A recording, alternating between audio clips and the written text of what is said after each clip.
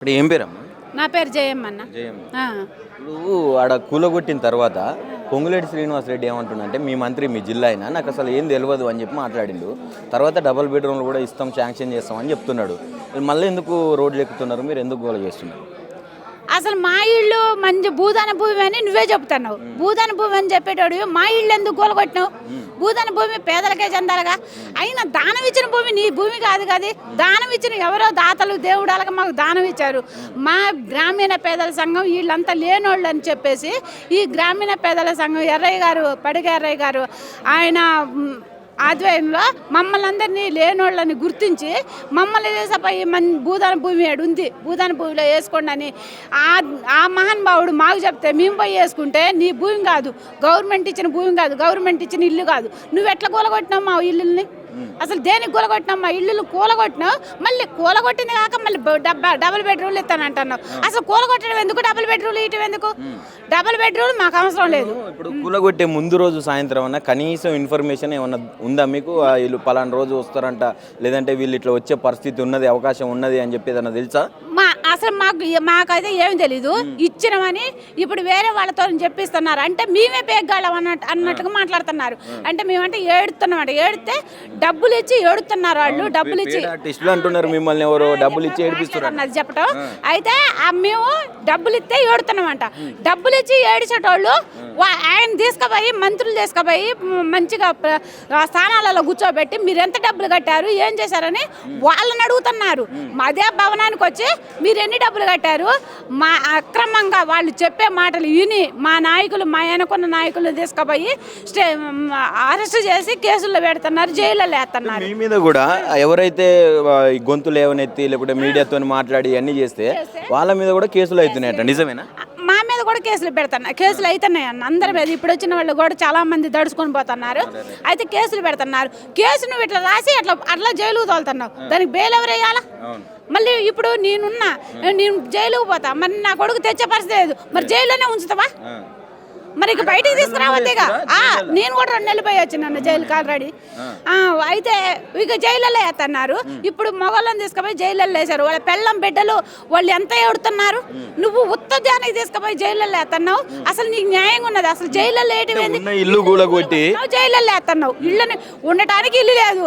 ఉన్న యజమాని తీసుకుపోయి జైల్లో వేసినావు. వాళ్ళ పరిస్థితి ఏంది? వాళ్ళని ఎవరు చూడాలా? కూలగొట్టినందుకు కాలని కదా వేయాల్సింది జైల్లో. అసలు కూలగొట్టిన మేమేయట్లే. అసలు మేమే తడుచుకొని మూల కూర్చోవాలంట.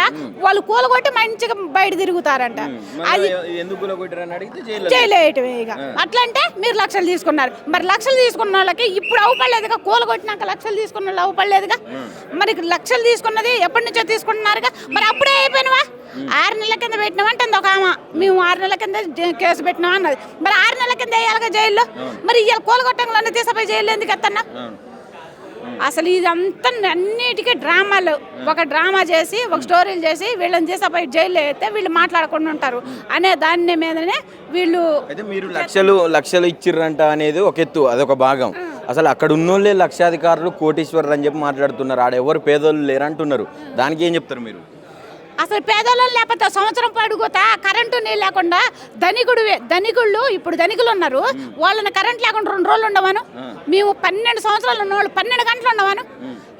అదే నిజమైన ధనికుడు అయితే 12 నెలలు కరెంటు నీళ్ళు లేకుండా ఫ్యాన్ లేదే పడుకోరు. ఇప్పుడు ధనికులు అయితే మేము 12 నెలలు అసలు కరెంటు నీళ్ళు ఏమి లేకుండా 12 నెలలు. నీళ్ళు అంటే ఈ సోలారు రూపాయి వేసుకొని సోలార్ నీళ్ళతోనే ఆ నీళ్ళతో బతికినాం.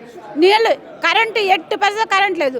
మేము పనులకు పోయే కాడ సెల్ లైట్లు పెట్టుకొని వచ్చి సెల్లులు కొట్టుకొని అన్నం వండుకొని కూర చేసుకొని మేము తినేవాళ్ళం. ప్రజాపాలన అని చెప్తున్నాడు. ప్రజాపాలన వచ్చిన కాడి నుంచి మా కరెంటు లేదు, మా పరిస్థితి ఇట్లా ఉన్నదని చెప్పి పోయి ఎన్నిసార్లు అప్లికేషన్లు మా కాడ ఇన్నున్నాయి అప్లికేషన్లు. ఈ మున్సిపాలిటీ ఆఫీస్కి పోతే చూస్తాంలే, కలెక్టర్ ఆఫీస్కి పోయి కలెక్టర్కి ఎన్నిసార్లు అప్లికేషన్లు ఇచ్చినాం. అసలు మా అప్లికేషన్లు మేము భూదాన భూమి నుంచి పోయిన వెంటనే అప్లికేషన్లు తీసుకోరాళ్ళు, ఇక పక్కన పడేస్తారు. ఇక అట్లా ఎన్నోసార్లు చేశారండి. మీరు దయచేసి మా భూమి మాకే కావాలా, మా ఇల్లు మీరు కూల్చారు కాబట్టి మాకు నష్టపరిహారం కావాలి. అక్కడ పొంగులేటి శ్రీనివాస్ని మీరు దేవుని లెక్క పూజించారు కదా, పొంగులేటి సీనన్న అని చెప్పి మాట్లాడినరు. ఆ రోజు ఆయనని గెలిపించుకున్నారు. మరి ఇప్పుడు ఆ పొంగులేటి సీనన్న ఒక్కసారన్నా రావట్లేదు. ఏంది పరిస్థితి? అసలు ఏడ ఉన్నారు ఏందనేది కూడా తెలుసుకునే ప్రయత్నం చేస్తలేడు. తుమ్మల నాగేశ్వరరావు ఉన్నాడు, ఆయన కూడా ఇక మా జిల్లా వాసి అని చెప్పి ఆయనను మోసిండ్రు.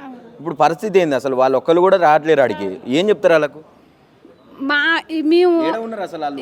ఏడున్నారో మాకు తెలియదు. మాకెట తెలుస్తుంది. మేము మమ్మల్ని వేసపోయి భవనంలో వేశారు.